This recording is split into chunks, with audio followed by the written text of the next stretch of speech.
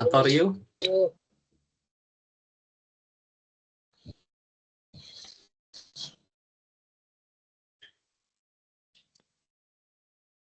Cek sound.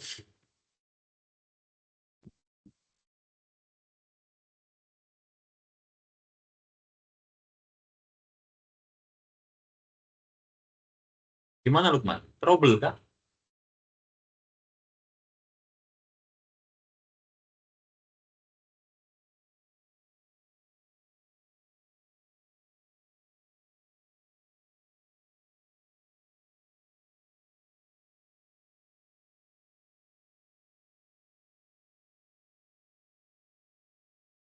Cek.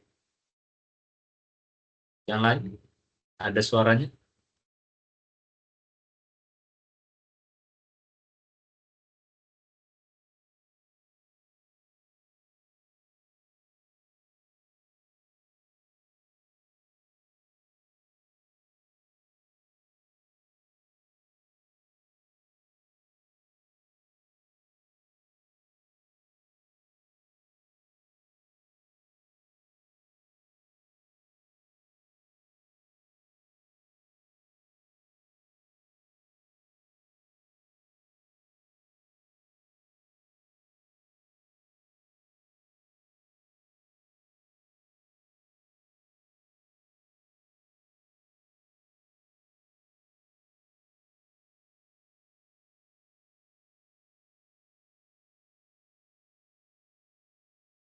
Adinda masih bergabung?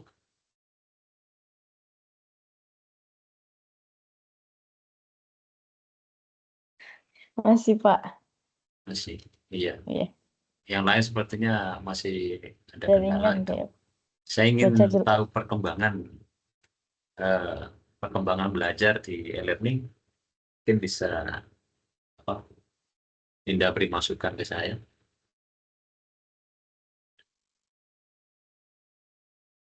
Sudah semuanya dipelajari kan ya?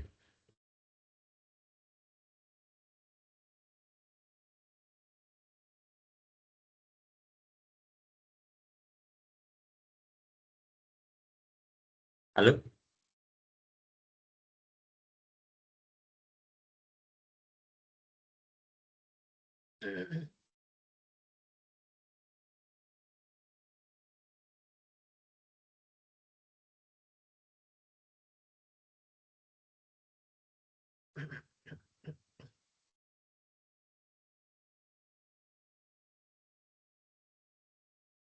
Ada yang bisa memberi masukan ke saya?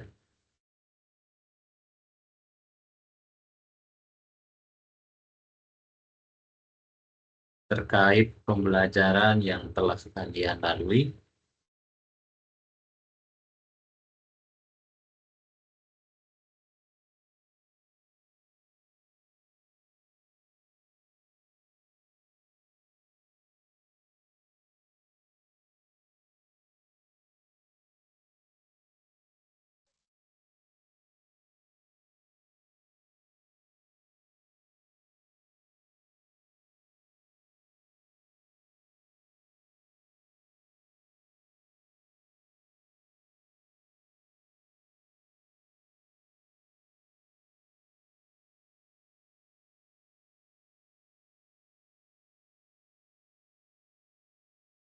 Cek.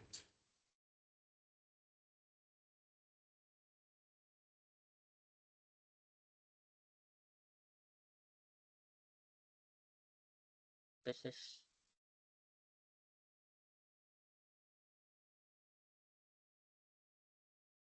tes, tes.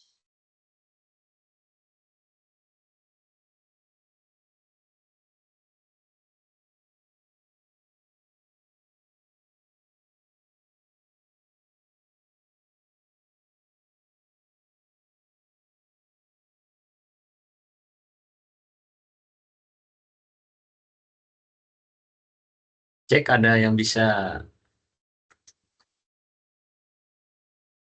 beri masukan ke saya?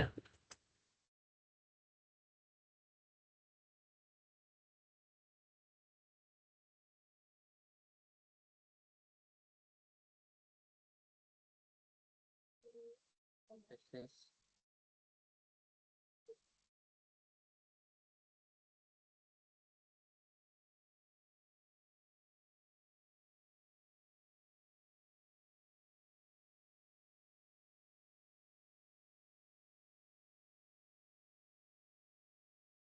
Selamat sore, Pak.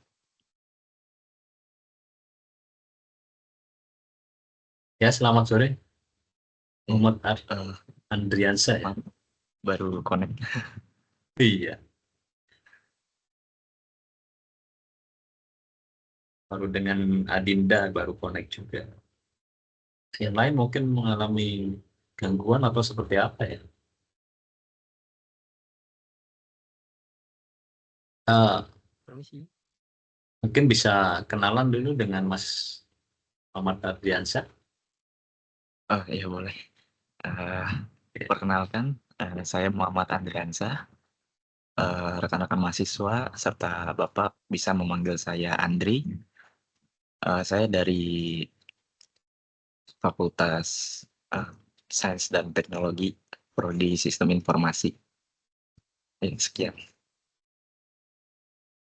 Dari mana asalnya, Mas? Asalnya dari ini, UT Jakarta. Oh, di Jakarta. Nah, Iya. Hmm, ini baru lulus SMA atau ini kuliah kedua mungkin? eee, lul baru lulus SMK, Pak. Baru lulus SMA. Iya. Sambil Iya. kerja atau seperti apa, Mas Andri? Iya, sambil kerja. Sambil kerja di daerah sana juga ya?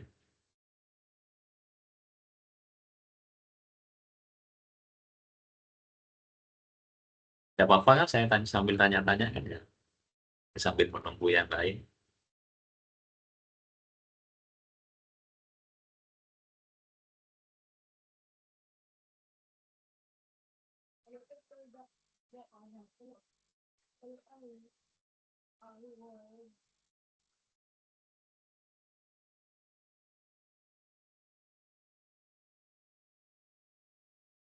Memang putus-putus ya?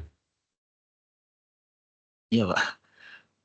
Di saya suara Bapak putus-putus. Sering terputus-putus ya? Iya. Entah di jaringan saya atau kalian ini enggak paham sih. Kalau di saya pastikan jaringannya bagus itu.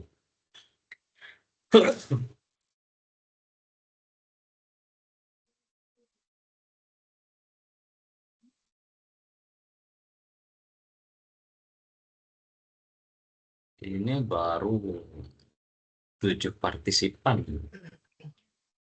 koneksinya seperti ini. Sebenarnya aku baru menggunakan MS Teams. Kalau di Zoom, kalau menurut saya lebih enak daripada MS Teams ini.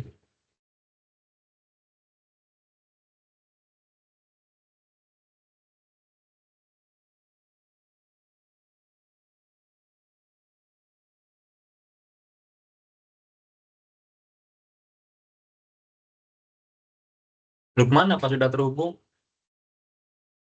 Assalamualaikum. Apakah ada suaranya? Iya, ada, tapi kecil suaranya. Oh, oh kecil. Bentar. Ada, tapi kecil suaranya.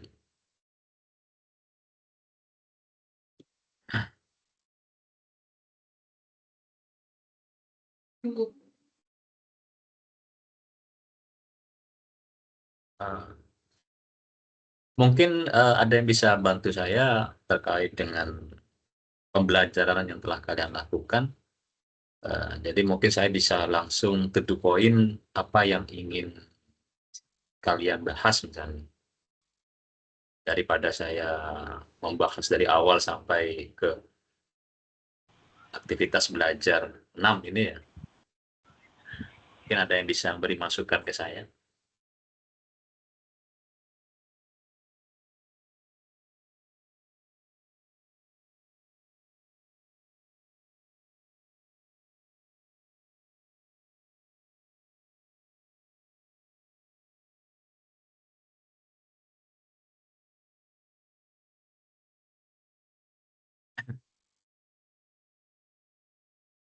Tidak ada ya? Tidak ada atau tidak terhubung ini?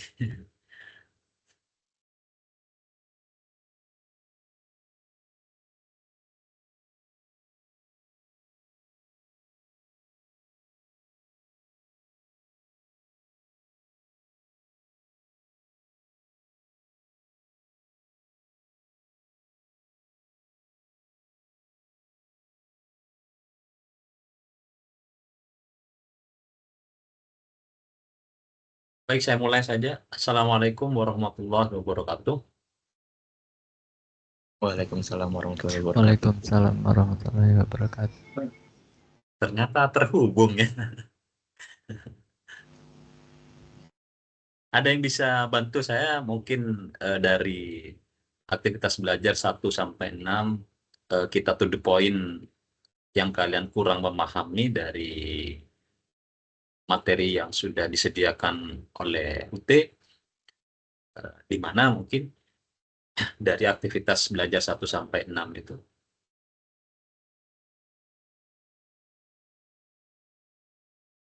Atau mungkin sudah dipahami semua ya? Mungkin dari saya ini kali Pak, kayak sintaks untuk Java, seperti deklarasi variabel, cara membuat function seperti itu. Di buku modul langsung kayak nampilin cara print string gitu. Hampir nggak ada penjelasan untuk dasar kayak deklarasi variabel, lalu pembuatan definisi atau functionnya, kayak gitu-gitu sih Pak untuk saya. Iya. Dari algoritma dan pemrogramannya sudah dipahami ya? Untuk saya ya, saya cukup Teori. paham untuk algoritma. Gitu ya.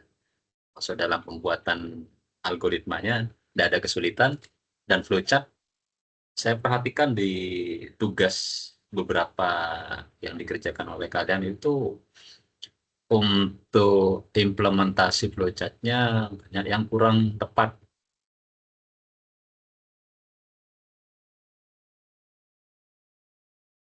Yang lain mungkin bagaimana selain Mas Andri?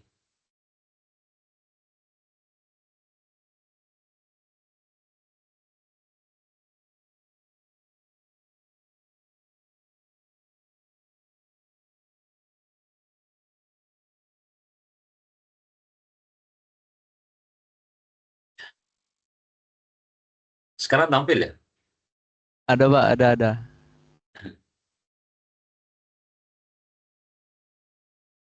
Sudah terlihat Pak. Sudah tampil ya? Oke. Saya ulangi lagi ya.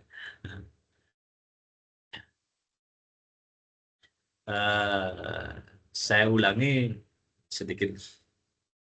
Ternyata terdapat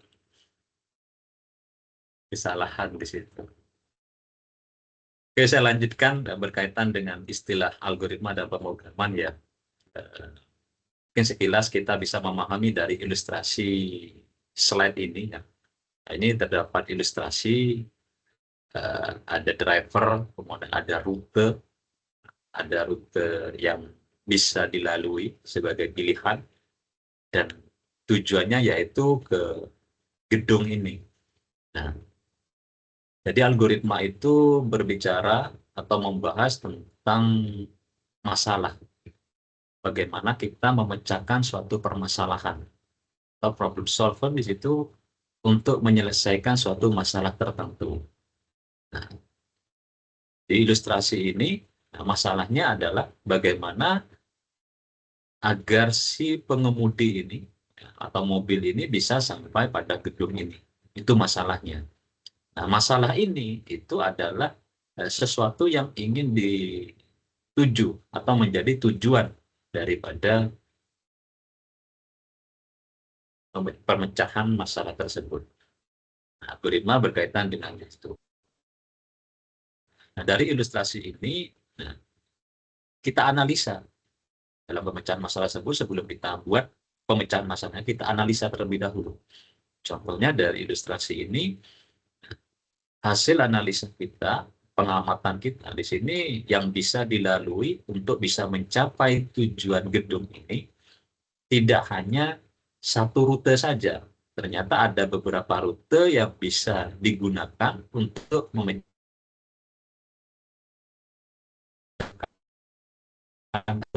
rute yang pertama. Rute ini menjadi opsi pilihan nantinya. Nah, misalnya rute yang pertama, kita urutkan di situ. Bagaimana pengemudi ini itu bisa sampai di sini. Misalnya di rute pertama, ini kita tulis tahapannya. Misalnya tahap pertama mulai atau start engine gitu ya. Kemudian yang kedua, di sini kita tulis misalnya berjalan lurus sejauh 2 km. Tahap kedua, kemudian tahap ketiga misalnya belok kiri sejauh 1 km. Tahap keempat, belok kanan sejauh 5 km. Begitu seterusnya, itu ditulis. Itu tahap keempat, 5, 6, bisa dilihat kan kursor saya kan ya? Ini misalnya 5, 6, 7, 8, 9, 10, 11, 12, 13. Nah, ternyata rute yang pertama itu bisa memecahkan masalah. Namun, dalam pemecahan masalahnya, kita bisa menyelesaikan dengan 13 tahapan tadi setelah kita urutkan di rute pertama. Kita cek rute yang lain, misalnya rute kedua. Kita cek misalnya yang pertama start engine, kemudian yang kedua berjalan lurus sejauh 2 km misalnya. Belok kiri sejauh 1 km, kemudian tahap 4, 5, 6, 7, 8. Nah, ternyata ini bisa memecahkan masalah.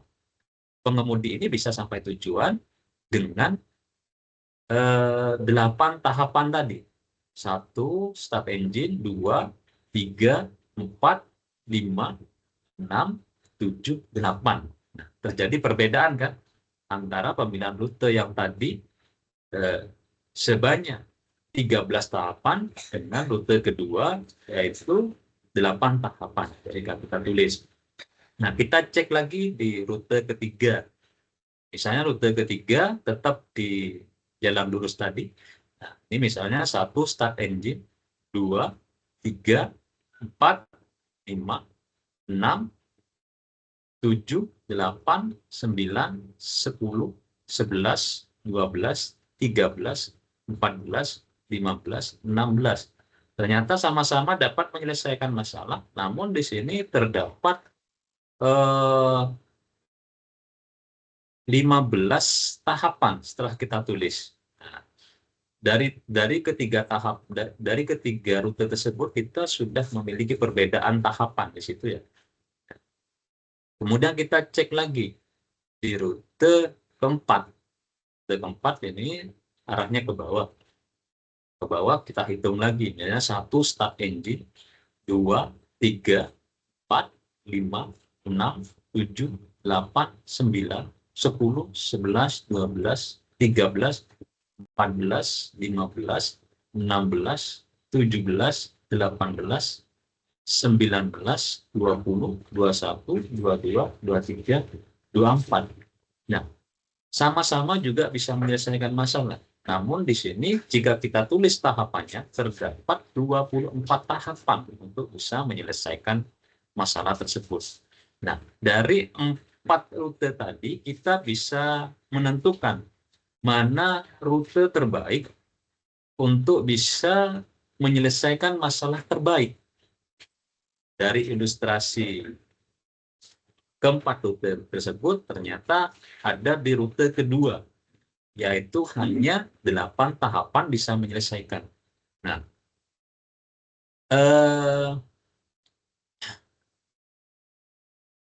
jadi dari ilustrasi ini kita telah belajar bagaimana membuat algoritma.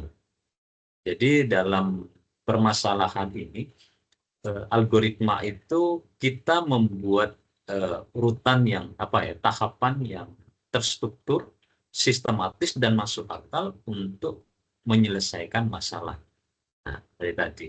Dan dari pemecahan masalah tersebut kita bisa menentukan bagaimana memecahkan masalah dengan cara yang terbaik. Seperti yang telah kita buatkan tahapan tadi itu dari 4 rute. Ternyata di rute kedua itu rute tercepat atau penyelesaian terbaik Walaupun sebenarnya dari semua rute itu dapat memecahkan masalah tersebut, dapat menyelesaikan masalah. Namun dari ilustrasi tadi terdapat satu penyelesaian terbaik, yaitu rute tercepat di rute kedua. Ketika kita sudah menentukan itu, kemudian kita tuliskan, nah kita tentukan tadi, masalahnya apa? Masalahnya pengemudi bisa sampai pada tujuan. Itu masalahnya, yaitu tujuannya yaitu ke gedung, katakanlah gedung UT, katakanlah seperti gedung UT. Kita setelah masalahnya itu ketemu, yaitu masalahnya untuk mencapai gedung UT, masalah tersebut itu menjadi domain dari algoritma kita. Nah, domain tersebut kita tentukan tahapannya. Nah, misalnya tadi tahapannya 1, start engine, 2, berjalan lurus sejauh 2 km. Begitu seterusnya kita tuliskan. Nah, sampai ke tahapan ke-8. Dan terakhir yaitu finish. Kita susun itu tahapannya. Nah, itulah gambaran dari arti atau makna dari algoritma itu sendiri. Jadi ketika kita sudah menentukan domain masalahnya, kemudian kita susun tahapannya secara terstruktur, sistematis, dan masuk akal, sehingga bisa mencapai tujuan. Ketika kita buat susunannya itu, tahapan-tahapannya, masalahnya ditentukan, kemudian kita buat tahapannya, itulah yang disebut dengan algoritma. Nah, algoritma di sini ya bagaimana kita memecahkan masalah menggunakan logika kita, logika yang sistematis, terstruktur, dan masuk akal. Itu berbicara dengan algoritma. Kemudian istilah kedua tentang pemrograman. Bagaimana pemrograman? Pemrograman di sini ya karena kita berkaitan dengan komputer, paling tidak ya kita harus memahami bagaimana karakteristik dari komputer. Dan bahasa pemrograman itu kita akan menerjemahkan algoritma yang kita buat tadi itu ke dalam program. Namanya pemrograman ini. Kita akan terjemahkan ke dalam pemrograman yang nantinya menjadi program. Nah, gambaran dari algoritma dan pemrograman hingga menjadi program atau hasil nantinya. Nah, misalnya seperti ini. Nah, algoritma yang kita buat tadi, urutan logika yang terstruktur, sistematis, dan masuk akal, itu akan menjadi urutan logika untuk menyelesaikan masalah tertentu. Algoritma tersebut nanti kita terjemahkan ke dalam bahasa pemrograman. Jadi kita terjemahkan dalam bahasa pemrograman yang namanya mengubah algoritma ke bahasa pemrograman atau program ya. Kita harus menggunakan ya bahasa pemrograman tersebut. Bahasa pemrograman ini kan banyak.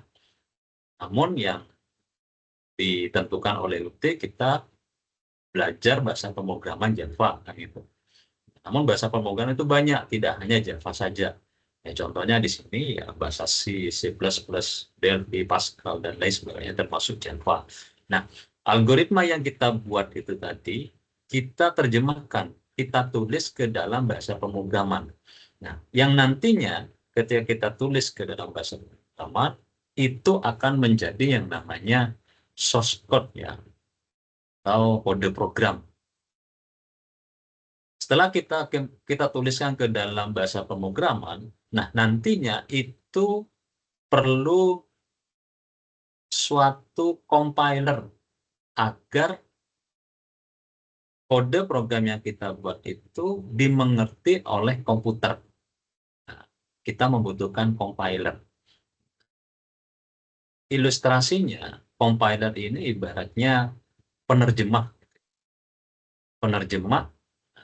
Jadi kalau kita ilustrasikan ke dalam bahasa gitu ya, misalnya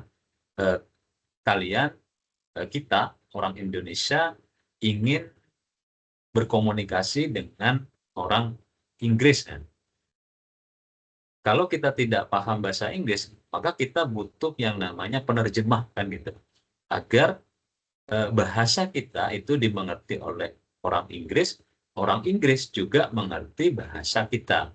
Nah, penengah itu adalah penerjemah yang nantinya merubah bahasa kita ke bahasa mereka. Nah, compiler itu ibaratnya penerjemah tersebut. Jadi kode program yang kita buat di dalam bahasa Java itu, bahasa pemrograman Java, bisa dimengerti oleh komputer atau bahasa mesin. Karena di komputer itu kan yang berjalan adalah bahasa mesin. Bilangan biner. Bagaimana komputer itu bisa mengerti? Nah, disitulah fungsinya compiler. Di mana di setiap bahasa pemrograman itu biasanya disertakan compilernya. Jadi setelah kita menulis kode, kan nantinya kita perlu melakukan compile. Jadi compiler itu yang bekerja, yang nanti merubah ke bahasa mesin, bahasa komputer. Nah, hasilnya nanti, hasil kode yang kita buat, kode program ke dalam bahasa pemrograman Java, itu akan menjadi yang namanya set instruksi. Akan menjadi instruksi, atau kumpulan dari instruksi, set instruksi. Yang nantinya di komputer akan menjadi sebuah program. Apa itu program? Ya, program itu adalah kumpulan set instruksi yang dikenal oleh komputer. Siapa yang membuat? Ya, kalian sebagai seorang programmer nantinya. Bagaimana cara membuatnya? Yaitu menggunakan bahasa pemrograman. Dari mana kode itu yang kita buat? Kode yang kita buat itu bersumber dari algoritma yang kita susun dari urutan logika. Semoga dari ini bisa mendapat gambaran ya dari algoritma dan pemrograman. Jadi urutannya seperti ini. Algoritma yang kita buat, nah masalahnya apa yang kalian selesaikan masalahnya.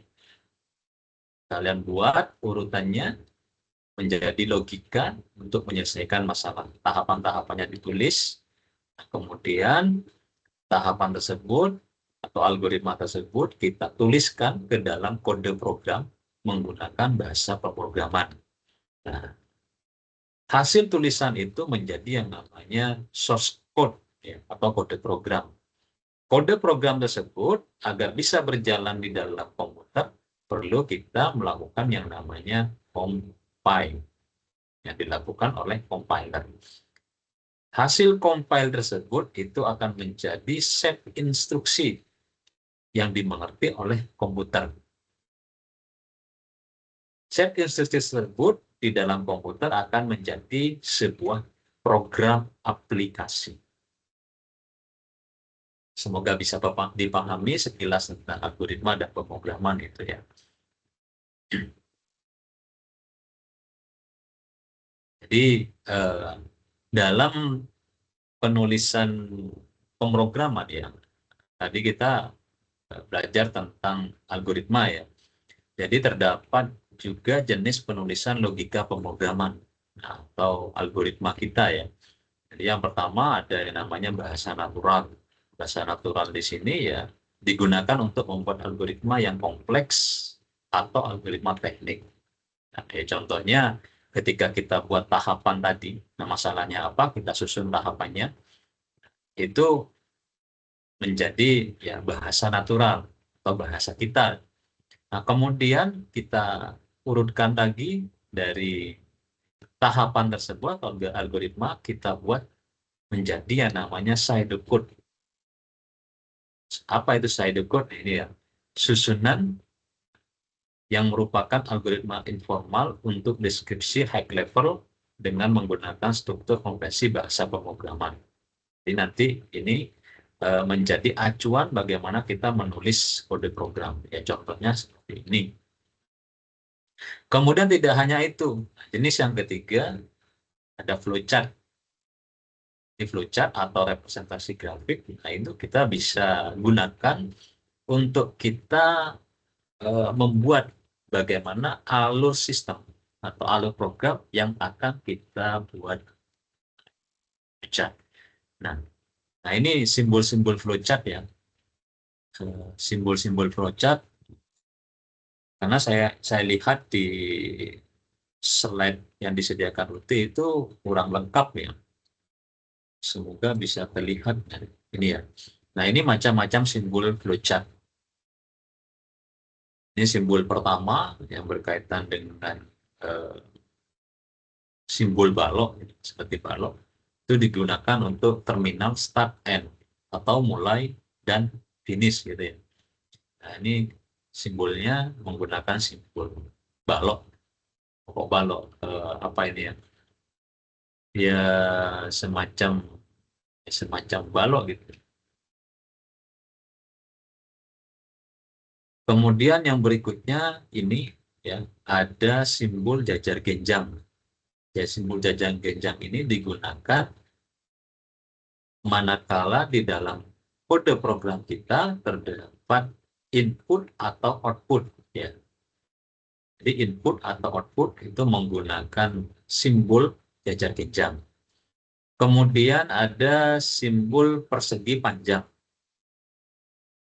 Simbol persegi panjang itu digunakan manakala di program kita terdapat proses atau menyatakan assignment statement. Dan di dalam kode program kan namanya assignment atau statement. Assignment statement. Nah, itu namanya proses. Kita bisa menggunakan simbol persegi panjang seperti ini. Kemudian ada simbol seperti ini. Nah, itu digunakan untuk display. Nah, sorry, ada yang kelewat. Kemudian simbol berikutnya, simbol keempat yang biasa digunakan ya. Di sini ada simbol belah ketupat. Simbol belah ketupat. Ini simbol belah ketupat itu digunakan manakala di dalam kode program kita terdapat keputusan. Keputusan. Biasanya keputusan itu digunakan jika kita sudah masuk kode percabangan dan perulangan. Kode percabangan perulangan, yang nanti di situ ada pilihan yes or no atau pilihan dan segala dan lain-lain gitu ya. Nah, itu menggunakan belah ketupat. Simbol belah ketupat. Saya cek di tugas kalian, dalam membuat decision di sini, di situ salah menggunakan simbol. Yang seharusnya menggunakan simbol belah ketupat ini, malah menggunakan simbol seperti ini, persegi 6 gitu ya. Nah, simbol persegi 6 ini itu digunakan untuk preparation atau persiapan ketika kita misalnya mendeklarasikan variabel.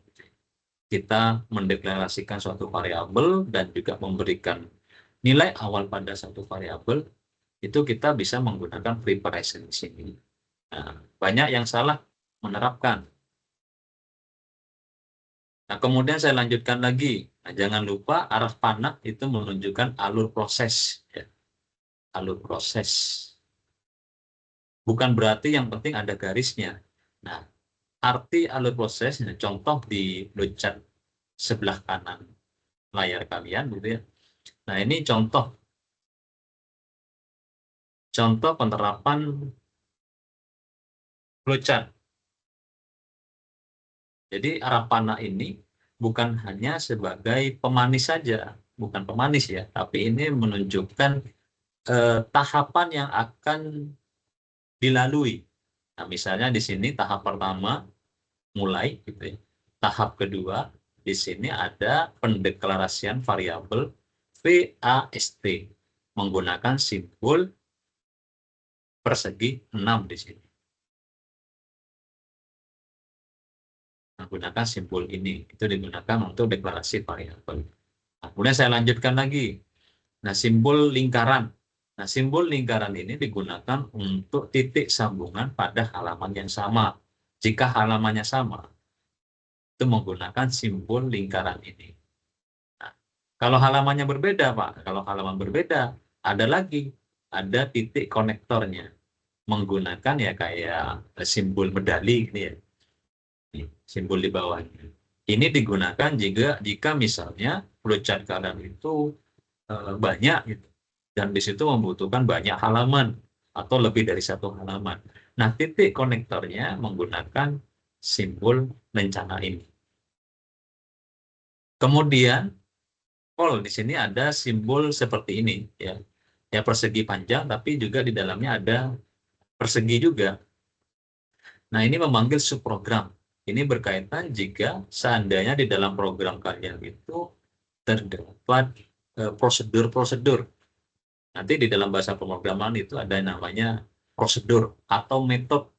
Nah, ada banyak metode, dan metode itu akan menjadi subprogram. Nah, pemanggilannya atau penggunaan simbolnya menggunakan simbol ini. Persegi panjang, tapi di dalamnya juga ada persegi panjangnya juga. Gitu. Kemudian saya lanjutkan di sini berikutnya, ada simbol untuk dokumen. Nah, simbolnya seperti ini. Artinya di sini, misalnya kalian membuat program, di dalam program di situ terdapat proses non-komputer. Nah, misalnya di dalam program itu terdapat inputan dari formulir. Nah, formulir yang diisi oleh klien, katakanlah nasabah kalau di bank itu kan nanti diinputkan ke sistem oleh CS atau customer service-nya. Nah, dokumen inilah, simbol inilah yang menjadi simbol dokumen. Bisa menjadi formulir nasabah.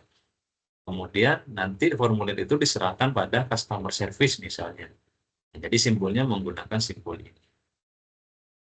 Kemudian simbol berikutnya, ini simbol tabung gitu ya. Ya, kayak tabung biasanya kayak kaleng gitu ya, simbol kaleng. Nah, itu biasanya digunakan untuk database. Jadi simbol ini digunakan manakala di dalam program kalian itu melibatkan database misalnya. Nah, yang namanya database di situ nanti ada yang namanya store data gitu ya. Store data ini ada ya kayak create, read, kemudian delete.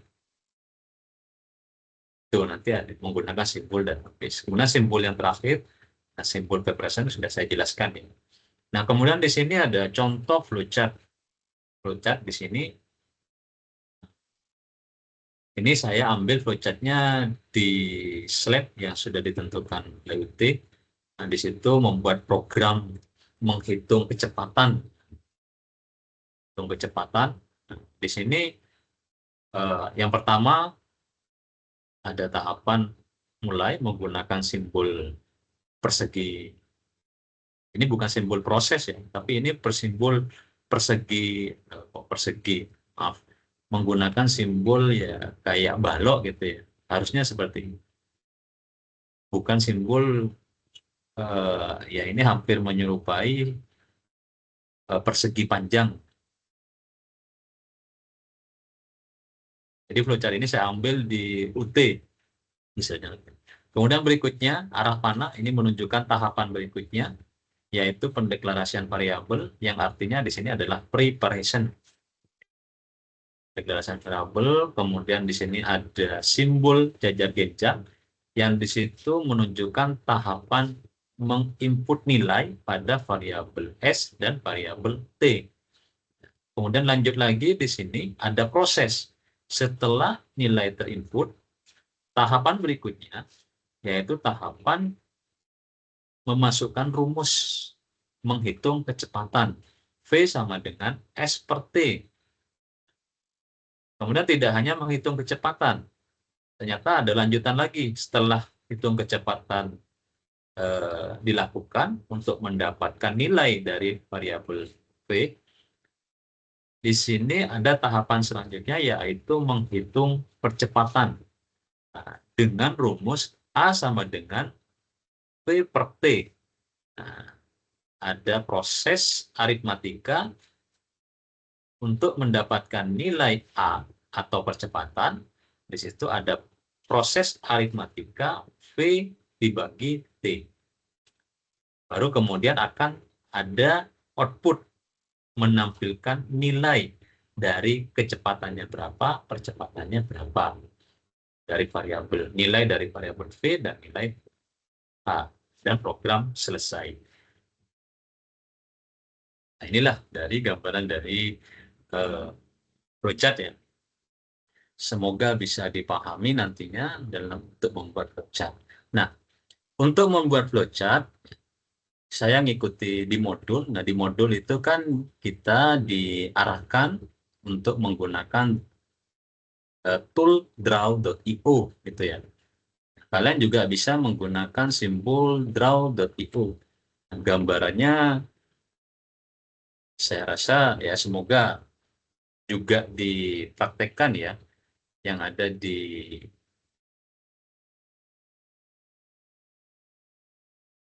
di modul itu. Nah, misalnya contohnya seperti ini. Nah, ini adalah aplikasi draw.io. Ini adalah aplikasi draw. Di sini ada contoh saya membuat flowchart ya. Buat flowchart. Nah, ini adalah implementasi flowchart di draw.io. Saya buat gambarnya seperti ini. Dan simbol-simbolnya ada di sini kan lengkap. Tinggal kalian praktekkan. Nah, bagaimana membuat dari ini, semoga bisa dipahami. Mungkin sebelum saya lanjut ke struktur program, mungkin ada yang ingin ditanyakan dari rekan-rekan semua. Saya persilakan. Sebelum saya lanjut.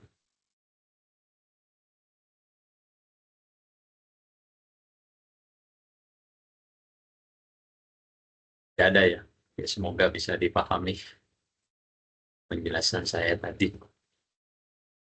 Baiklah, kalau tidak ada, inilah gambaran dari aplikasi draw.io ya. Nah, saya di beberapa tugas itu ada tugas kalian yang saya komentari gitu ya. Diusahakan untuk membuat flowchart menggunakan draw.io. Tujuannya agar ya jelas Bapak itu flowchart. Tidak asal-asal yang berikan garis tanpa arti gitu ya. Simbol yang digunakan tanpa arti juga. Nah, jadi saya arahkan menggunakan draw.io. Kalau seperti ini kan jelas, oh ternyata ini flowchart. Gambaran prosesnya adalah seperti ini. Jadi flowchart ini bukan hanya sekedar simbol tanpa arti ya. Semuanya memiliki arti. Itu berkaitan dengan flowchart, kemudian saya masuk ke lanjutkan tentang struktur pemrograman ya.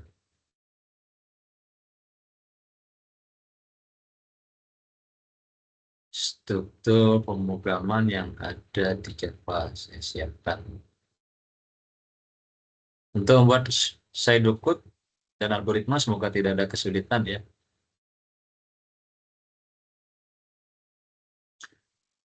Ya, kita lanjut dengan bahasa pemrograman ya.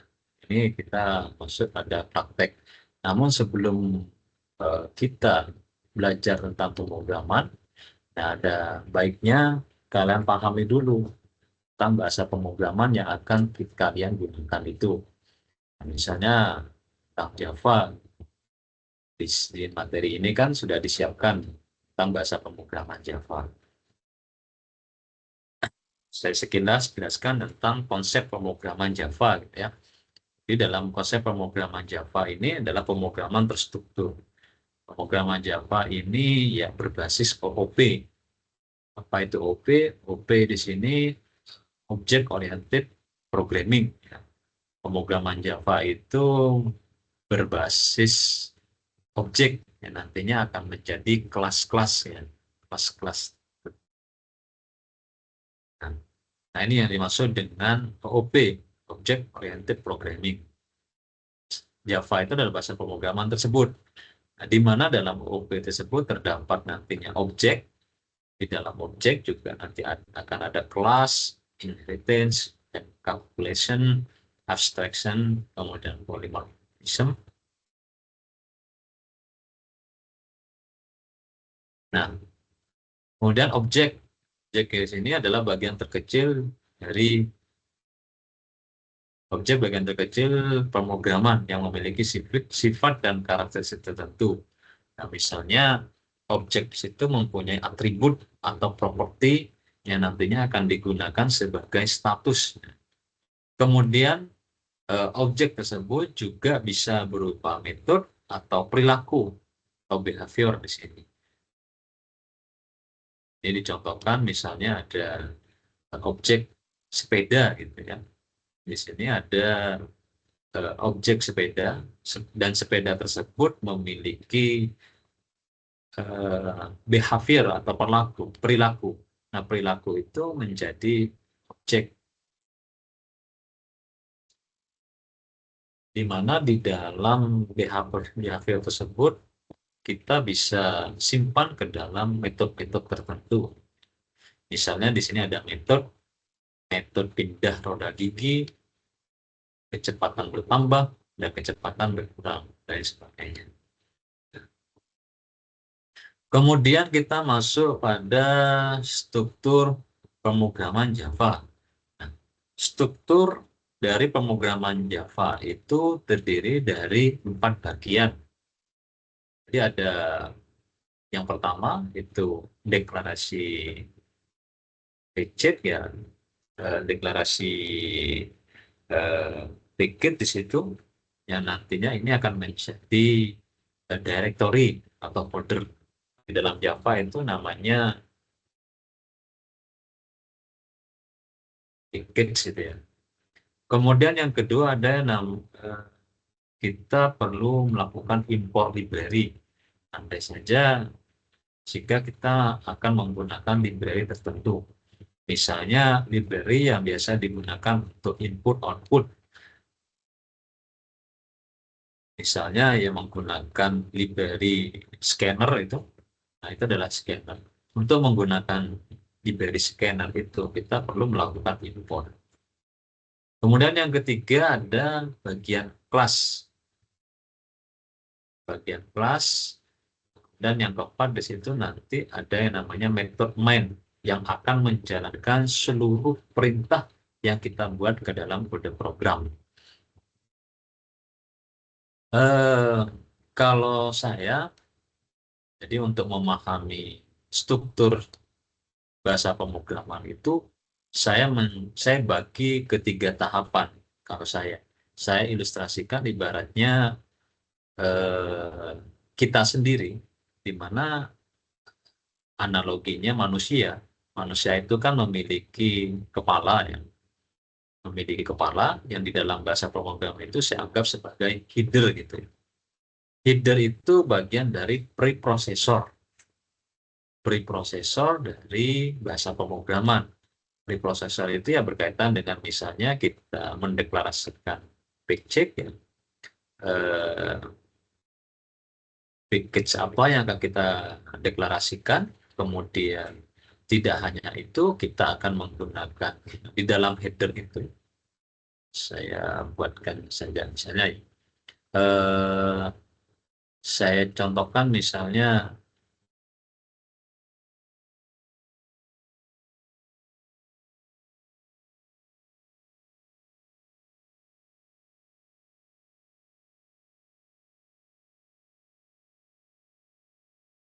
ada header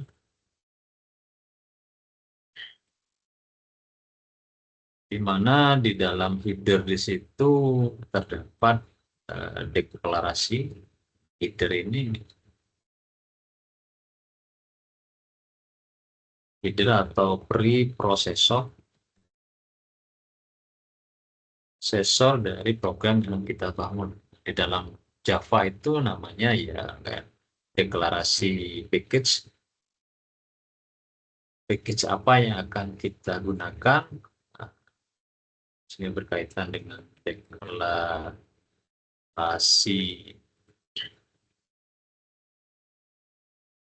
Kemudian yang kedua itu kita berkaitan dengan import library.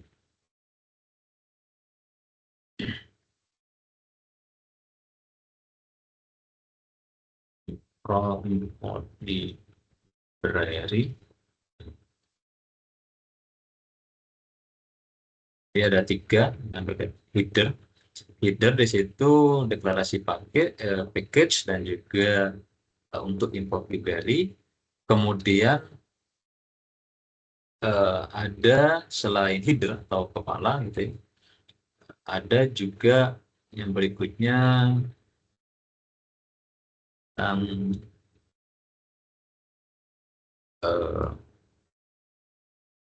body, atau kalau di dalam Java itu namanya method ya, method main yang di dalamnya itu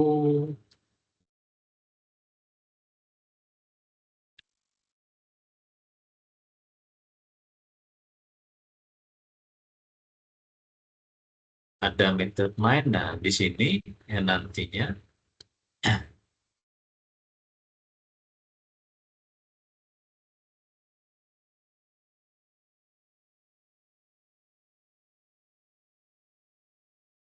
baru kita masuk di dalamnya itu ada statement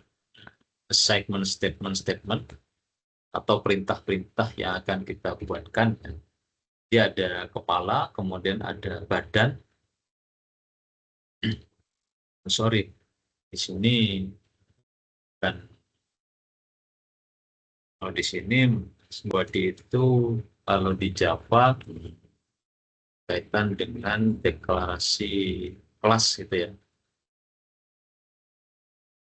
Body atau bagian kelas di sini. Bagian kelas, kemudian di dalam bagian kelas tersebut terdapat method main ya, di mana di dalam method main di situ nanti akan ada statement. Jadi kalau saya memahami bahasa pemrograman itu seperti itu. Jadi tidak hanya pada satu bahasa pemrograman, mayoritas semua bahasa pemrograman itu menggunakan ya seperti ini gitu ya. Jadi ada headernya, apa headernya yang perlu kita deklarasikan. Kemudian kita menggunakan ekstensi apa, library apa. Nah, itu perlu diimplementasikan ke dalam header. Nah, kemudian setelah kita mendeklarasikan header, nah, preprosesornya kita masukkan semua.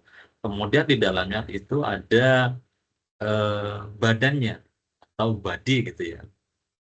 Badan di situ kita deklarasikan. Nah, kalau di Java itu namanya kelas gitu ya.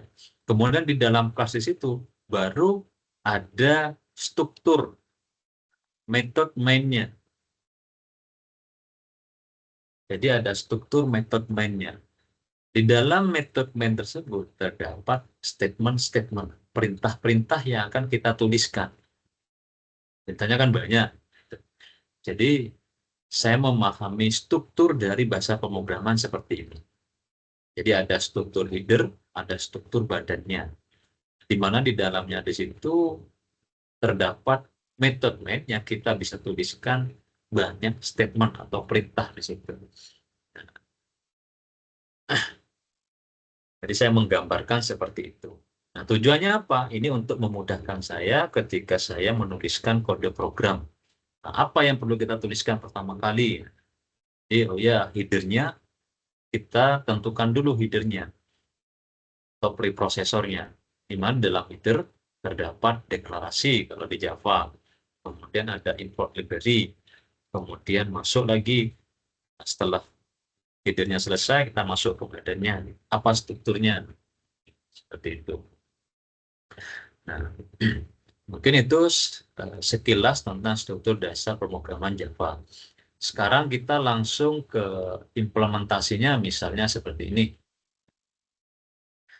Iya, untuk bahasa pemrograman ya, untuk menuliskan bahasa pemrograman atau kode program, kita perlu yang namanya IDE di situ, atau Integrated Development Environment, katanya seperti itu. Atau bahasa singkatnya itu text editor gitu ya, text editor. Kita memerlukan itu untuk bisa menuliskan kode programnya. Nah, text editor itu Kalau yang ditentukan pada modul RDV itu menggunakan Eclipse ya, untuk Java. Namun kalau menurut saya itu terserah kita mau menggunakan IDE apa. Yang penting kita bisa menuliskan bahasa pemrograman. Nah, kalau saya terbiasa dengan VS Code ini. Jadi saya menuliskan kode programnya menggunakan VS Code. Kalau kalian ya bebas, terserah kenyamanan kalian. Mau menggunakan VS Code boleh, mau menggunakan Eclipse boleh, mau menggunakan NetBeans boleh, bebas. Semoga tidak ada kesulitan ya berkaitan dengan instalasi Java ya, dan juga penggunaan IDE. Nah, untuk membuat bahasa pemrograman Java, jangan lupa kita di dalam pemrograman Java itu membutuhkan yang namanya DDK gitu ya. Jadi itu diinstal terlebih dahulu, baru kemudian kita install IDE-nya. Misalnya, yang saya contohkan di sini IDE saya adalah VS Code. Nantinya ketika kita membuat atau akan menuliskan kode program, nah struktur programnya atau struktur struktur pemrograman Java-nya akan menjadi seperti ini. Semoga terlihat di kalian ya. Kalau di layar kalian, di layar saya itu di sebelah kanan. Nanti akan ada susunan ketika kita membuat project, di dalamnya akan ada folder bin, library, kemudian src. Gitu. Nah, di folder src di sini, itu kita bisa menuliskan kode program Java kita. Contohnya di sini ya. Nah, ini ada app.java.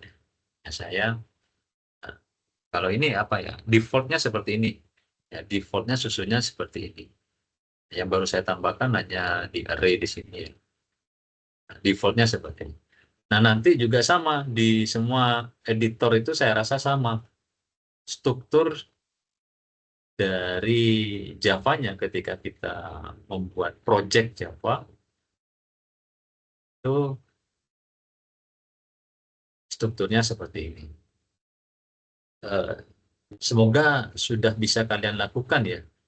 Ada yang belum melakukan ya.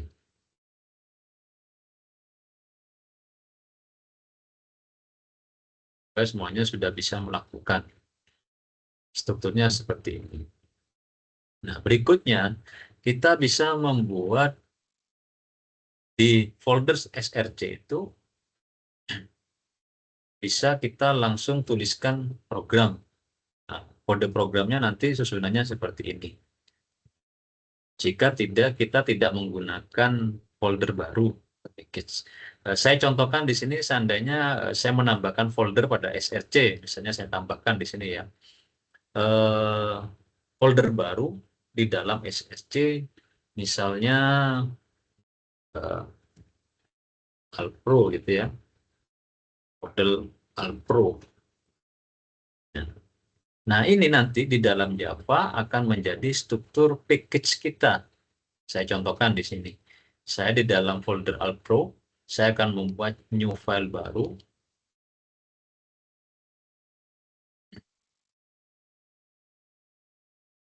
File baru misalnya latihan Java. Nah, nanti di dalam kode program ini kita dibuatkan otomatis. Struktur sintaknya seperti ini. Nanti ada sintak package yaitu Alpro. Nah, artinya ini adalah directory atau folder Alpro.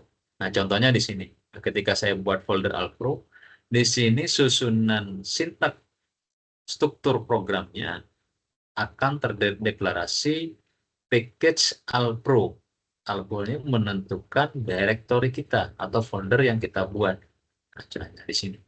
Nah, dan file Java yang saya buat di sini akan ada di dalam folder Alpro di sini. Nanti juga berikutnya di sini otomatis ya akan dibuatkan objek baru atau kelas baru, yaitu latihan. Saya buat sesuai dengan nama file saya, latihan. Baru di sini. Nah, ini adalah kalau baris 1 di sini itu adalah struktur headernya. Dan ini itu adalah struktur badannya yang saya jelaskan tadi di slide ini. Body atau bagian kelas. Nah, di Java di sini otomatis. Baru kita masuk kelasnya, objek kelasnya terbuat, baru di sini kita masuk pada method main-nya. Nah, apa method main-nya? Kalau di VS Code di sini enak, kita bisa tinggal menggunakan pintasan PSPM seperti ini. PSPM. Nah, di situ struktur metodenya akan otomatis dibuatkan. Public static void main. Ini strukturnya. Baru di sini di dalamnya kita bisa isi statement-statement.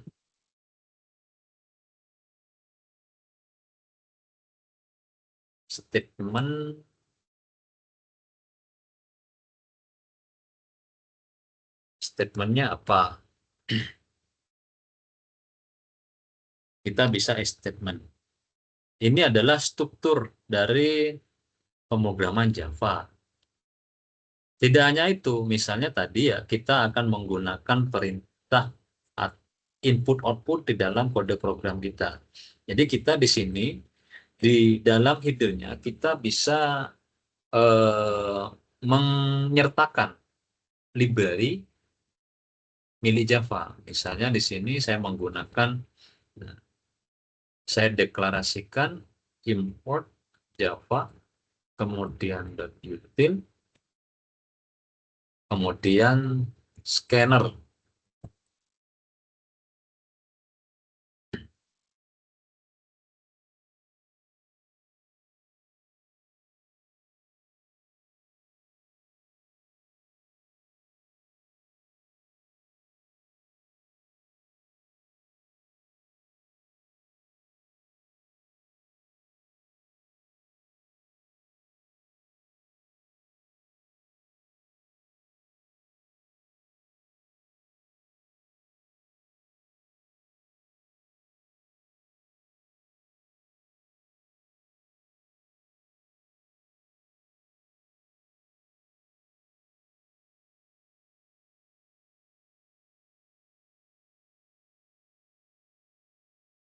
Nah, oke, saya lanjutkan. Nah, misalnya di header, saya menyertakan library scanner di sini. Maka sintak yang kita gunakan adalah import java.util kemudian .scanner. Ini artinya kita akan menggunakan sintak-sintak yang ada di dalam library scanner. Nah, sintak apa saja, yaitu sintak import, sintak untuk input dan output. Dari sini kita sudah membuat struktur bahasa Java kita, ada header, kemudian ada badannya di sini. Baru di sini kita bisa menentukan deklarasi apa saja. Kita deklarasikan. Misalnya, nah, untuk tipe data sudah dipahami ya, ada tipe data apa saja. Semoga sudah dipahami ya, karena tipe data itu penting ketika kita akan mendeklarasikan variabel-variabel tertentu. Misal saya akan membuat program sederhana di sini. Saya akan membuat program input, program memasukkan biodata diri. Nah, contohnya di sini ya. Di sini saya deklarasikan menggunakan tipe data string. Jangan lupa menggunakan huruf besar ya. Menggunakan tipe data string, di dalam biodata diri itu terdapat nama, ya. Kemudian ada variabel nama yang nantinya untuk menyimpan nama, ya. Kemudian ada misalnya nomor induk nomor induk mahasiswa atau NIM gitu ya, nomor induk mahasiswa, kemudian nama, kemudian nomor induk, alamat misalnya, ada alamat seperti ini. Dari ini, ya, ini adalah, saya kasih terangan dulu ya, ini adalah deklarasi variabel. Deklarasi variabel pada variabel nama, NIM, dan alamat yang memiliki tipe data string. Nah, kenapa string? Karena di sini akan menyimpan di nama ini akan menyimpan karakter yang situ lebih dari satu suku kata. Sebenarnya di tipe data ini bisa menggunakan, karena ada char, ada string gitu ya. Nah, karena lebih dari satu suku kata, kita menggunakan tipe data string. Nah, ini untuk deklarasi variabel. Kemudian tidak hanya itu, ada umur. Ada variabel umur. Di mana variabel umur ini karena berupa angka, saya menggunakan tipe data integer. int atau integer pada variabel umur. Misalnya seperti ini. Kemudian selain nama, NIM, alamat, umur, misalnya IPK. IPK saya buat di sini menggunakan tipe data float, kemudian IPK. Kenapa saya menggunakan float? Nah, ini kan sama-sama angka, Pak. Kenapa tidak disatukan saja dengan integer? Nah, jika ada pertanyaan seperti itu, tipe data integer di sini hanya digunakan untuk bilangan bulat. Bilangan bulat di sini tidak ada koma di belakang angkanya. Sedangkan float di sini itu bisa digunakan jika angkanya itu pecahan. Pecahan ini ya bilangan pecahan ini ya bilangan atau angka yang di belakangnya ada koma. Kayak IPK di situ kan ada nanti IPK 3, sekian ada. Ya ada komanya. Ini untuk bilangan pecahan. Sedangkan ini untuk bilangan bulat. Nah, inilah deklarasi variabel yang akan kita gunakan pada program kita. Ya. Dari ini kita sudah berhasil mendeklarasi variabel. Berikutnya kita buat objek yang nantinya akan membaca inputan. Misalnya di sini scanner input, karena masukkan input sama dengan new.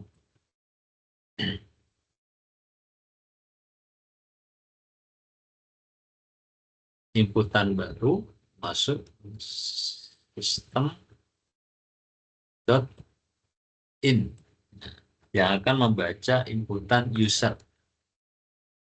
Jadi sintaknya seperti ini.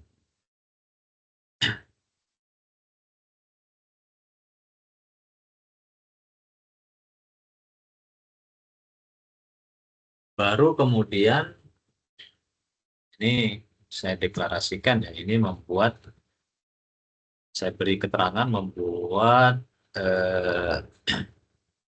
scanner baru gitu ya. Saya jadikan bentar di sini. Kemudian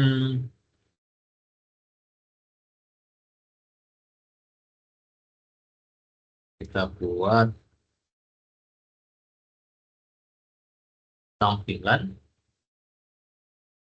output dan inputnya. Buat tampilan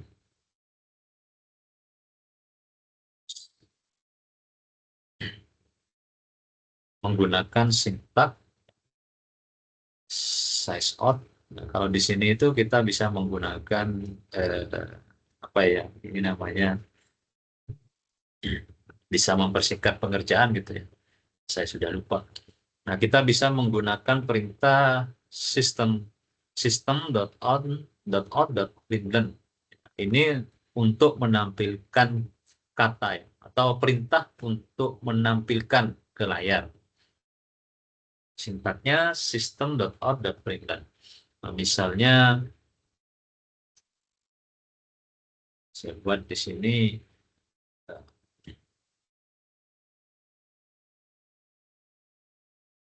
saya buat tampilan biodata diri.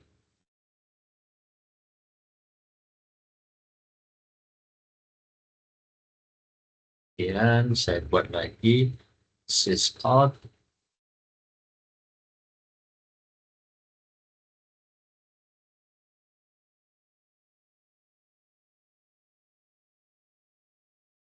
masukkan nama. Misalnya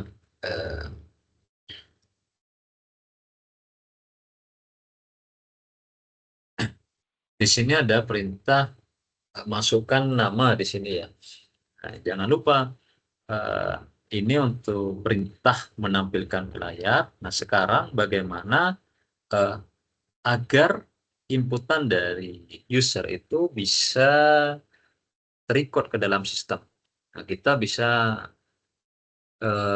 menggunakan sintak variabelnya kita panggil nama, nanti maksudnya akan tersimpan pada variabel nama ya.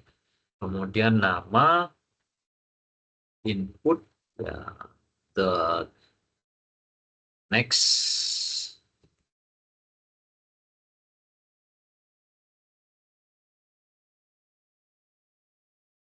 input sama dengan next line.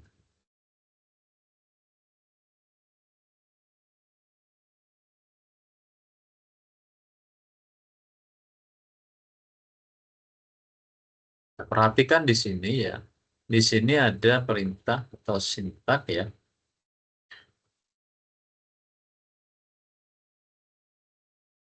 Sintak nama sama dengan inputan yang di situ inputannya berupa tipe data string. Kalau inputannya berupa string ya, tipe datanya string, di sini jangan lupa menggunakan perintah next line. Line-nya di sini menggunakan huruf kapital. L-nya menggunakan huruf kapital. Jadi artinya di sini akan menerima inputan. Jadi kita coba jalankan program kita ya. Sorry.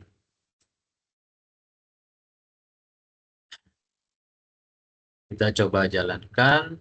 Apakah tidak ada masalah? Nah, hasilnya akan seperti ini. Komputer akan menampilkan kata biodata diri yang saya buat di sini. Kemudian ada perintah masukkan nama. Nah, di sini komputer akan menunggu inputan dari user. Misalnya saya inputkan di sini Hamzah. Nah, program akan selesai karena belum ada di sini.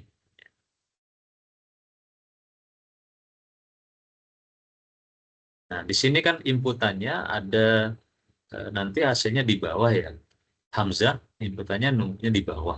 Nah, saya ingin agar inputan tersebut ada di sampingnya. Maka kita bisa menggunakan perintah system.out.print, bukan println lagi. Nah, ln-nya ini kita hapus dengan tujuan agar nanti inputan kita itu ada di sampingnya nanti. Saya contohkan hasilnya seperti apa. Nah, error. Sini print system.out.print.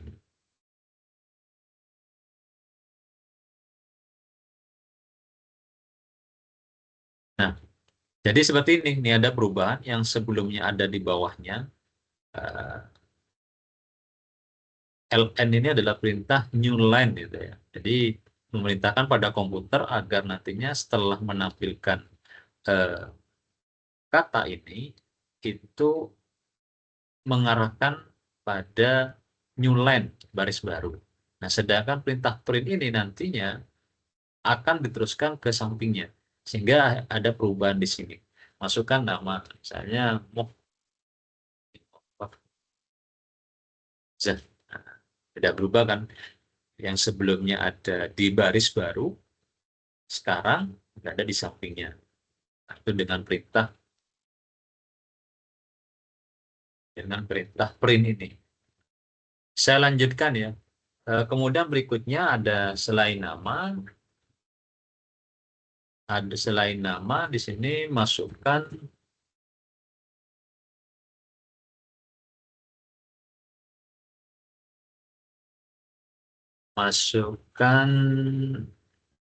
NIM gitu ya. NIM atau nomor induk mahasiswa. Nah, ini masih sama. Kita masukkan di sini variabelnya apa? NIM sama dengan input.next.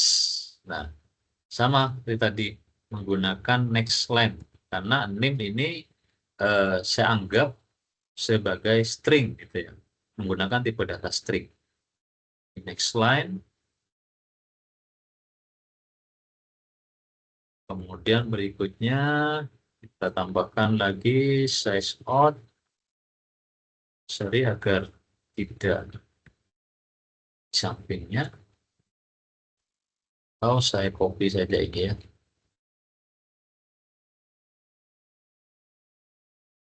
Masukkan alamat.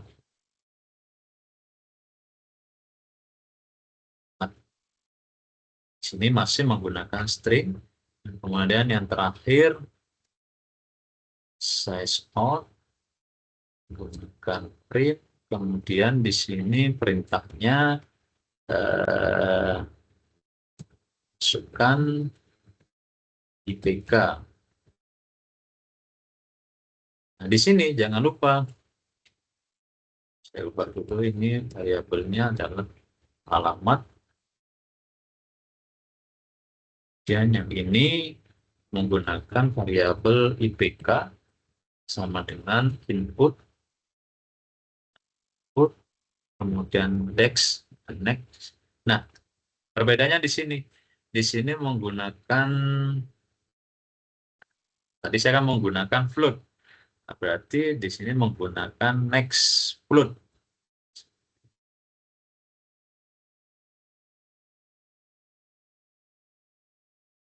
Nah, ada perbedaan di sini. Yang sebelumnya next line, yang di sini menggunakan next float. Karena untuk IPK saya mendeklarasikan menggunakan tipe data float ya. Itu untuk IPK. Sorry, ada tambahan di sini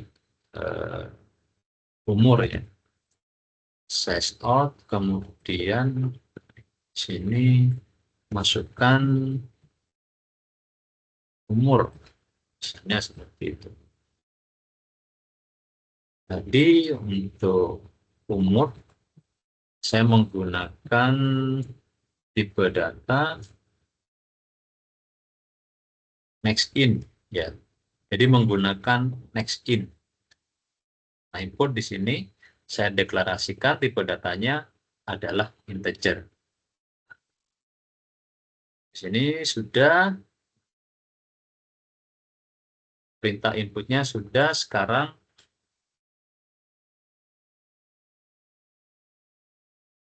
size out. Ada pembatas.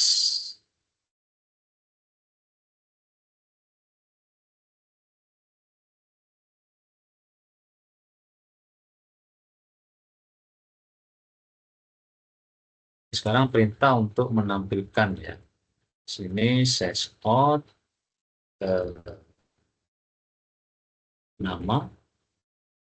namanya T2, kemudian dilanjutkan dengan pemanggilan variabelnya dengan sintak plus nama.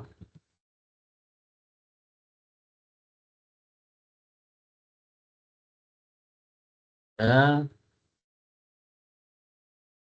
saya copy saja ini ya. Dan nama, kemudian NIM. Sini diganti NIM. Kemudian ada alamat.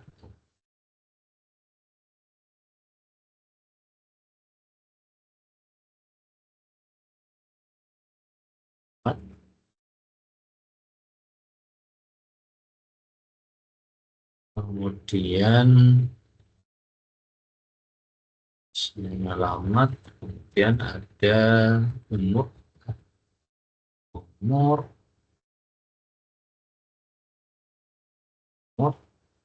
kemudian IPK-nya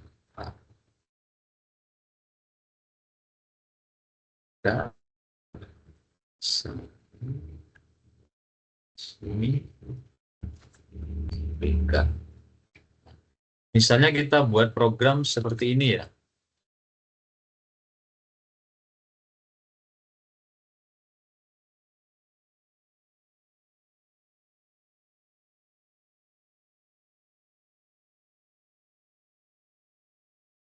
Nah, ini program untuk biodata diri ya.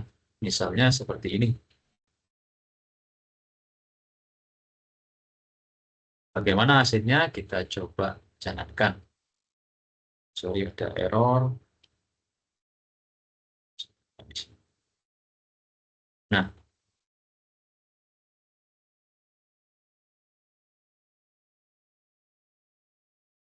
ketika program di running, hasilnya akan seperti ini. Kita masukkan nama misalnya.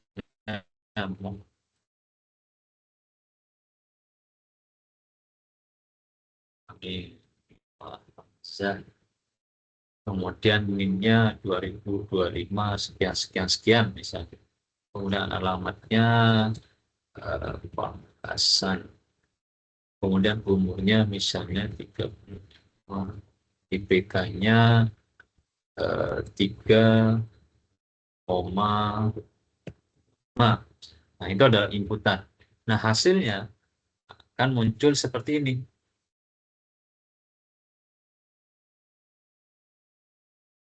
Tadi inputannya, ini adalah perintah akan ditampilkan hasil dari inputan usernya. Seperti ini. Semoga dari penjelasan ini dapat dipahami ya oleh kalian semuanya. Ini adalah kita mempraktekkan struktur program input-output. Di mana di sini ada sintak untuk outputnya. Ya. Kemudian di sini sintak untuk outputnya atau menampilkan ke layar. Ya, hasilnya ya, seperti tadi itu.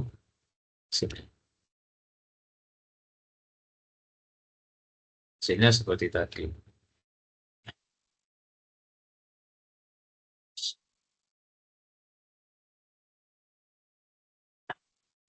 Mungkin itu yang dapat saya praktekkan untuk malam ini.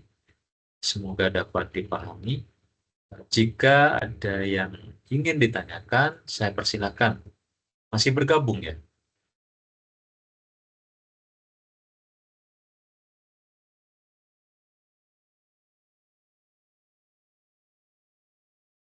Dan tidak terasa waktunya sudah 2 jam. Ya.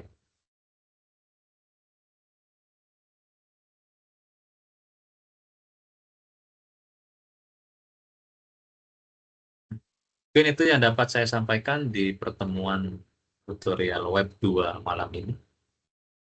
Jika tidak ada pertanyaan, akan saya akhiri. Jika ada yang mau didiskusikan, saya persilakan. Oh iya, jangan lupa ya mengenai tugas, batas pengumpulannya, seperti yang sudah saya ingatkan, semoga tidak lupa. Saya berharap tidak di akhir pengumpulan ya. Seandainya ada yang kurang tepat, itu bisa revisi. Dan yang tugasnya sudah bagus, sudah baik, pertahankan. Di tugas-tugas berikutnya tetap seperti itu. Nah, yang tugasnya belum ada yang perlu dilakukan revisi, silakan dilakukan revisi ya, agar bisa mendapatkan nilai maksimal. Mungkin itu pertemuan kita kali ini. Kurang lebihnya saya maaf, dan semoga aktivitas belajar kalian dapat kalian pahami dan menjadi ilmu yang semuanya. Mungkin itu saja. Akhirul kalam dari saya. Wassalamualaikum warahmatullahi wabarakatuh. Waalaikumsalam warahmatullahi wabarakatuh. Makasih, Pak.